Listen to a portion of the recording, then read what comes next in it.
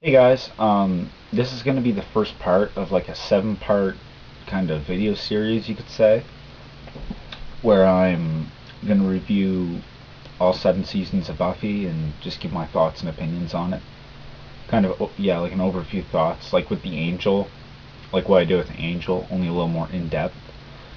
And because I'm rewatching Buffy from start to finish, because I've never actually watched Buffy from start to finish before. Um, I don't know why. I've just like got a season, watched it. There you go. But so yeah, here we go. Start off with season 1. I just finished this the other day, and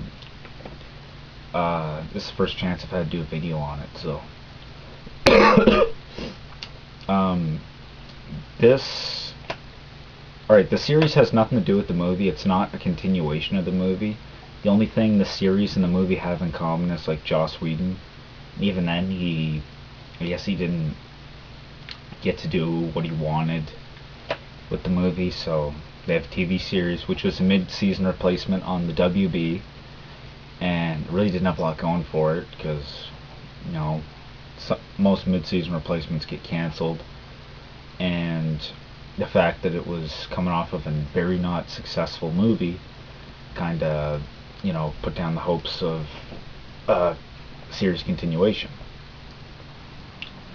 Now, the first season, there isn't like much of a story arc because, well, yes, like I said with my Angel vid in season 1 of Angel, they're just like trying out things and you know see which way they want to go with the series, and you can see where they're going with the series with this and stuff, and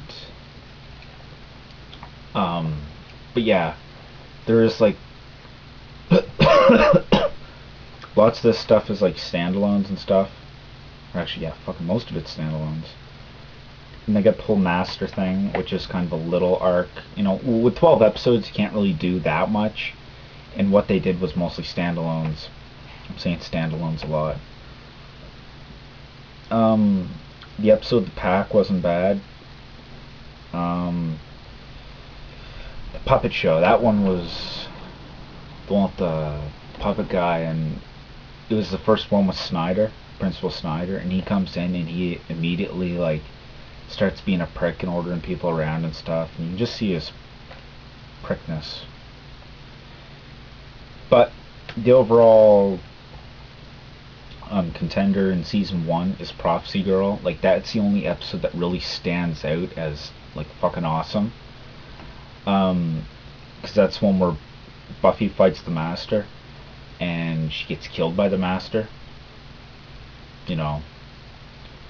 And then Xander has to bring her back to life, because she doesn't die for good, because there's 6 more seasons after this.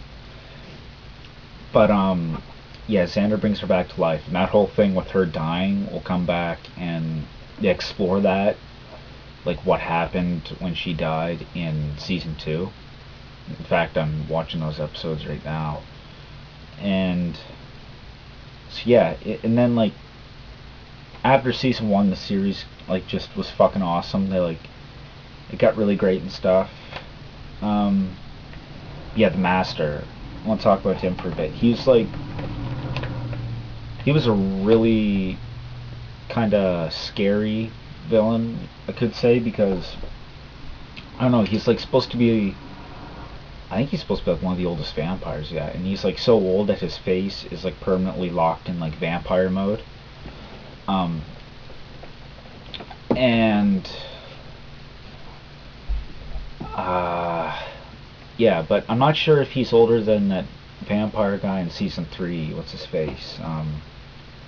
Kistos, yeah, that's right. Because he was supposed to be so old that his hands and feet were like cloven and stuff. So I'm not too sure about that. But as always with Joss Whedon stuff, the dialogue is still great between the characters. Gets even better after this, but still great. And Buffy, like every show has a start, and it's not a particularly good start, but it's still a start. And you know, if you're gonna start watching Buffy, which you really shouldn't be watching this if you haven't watched Buffy, watching this video. So yeah, I'm not really gonna say anything else. I think I'm just kind of rambling on. So anyway, that was my review of Buffy Season 1. My Season 2 one will be up shortly after I finish Season 2. I'm about halfway done right now. So I will see you